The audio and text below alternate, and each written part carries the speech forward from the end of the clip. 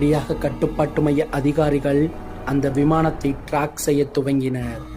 அந்த விமானம் அட்லாண்டிக் பெருங்கடல் மேலே பறக்கத் துவங்கியது. விமானம் பறக்கத் துவங்கிய 14 நிமிடத்தில் விமானம் ரேடாரிலிருந்து காணாமல் போனது. உடனடியாக என்ன செய்வதென்று தெரியாமல் அதிகாரிகள் இந்த செய்தியை வெளியிட்டனர்.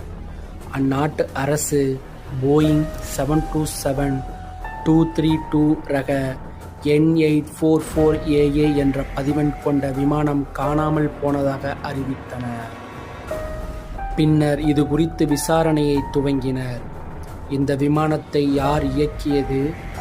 கடைசியாக யாரெல்லாம் இந்த விமானத்தில் ஏறினர்? இவர்களுக்கு எப்படி விமானத்தை இயக்க அனுமதி கிடைத்தது?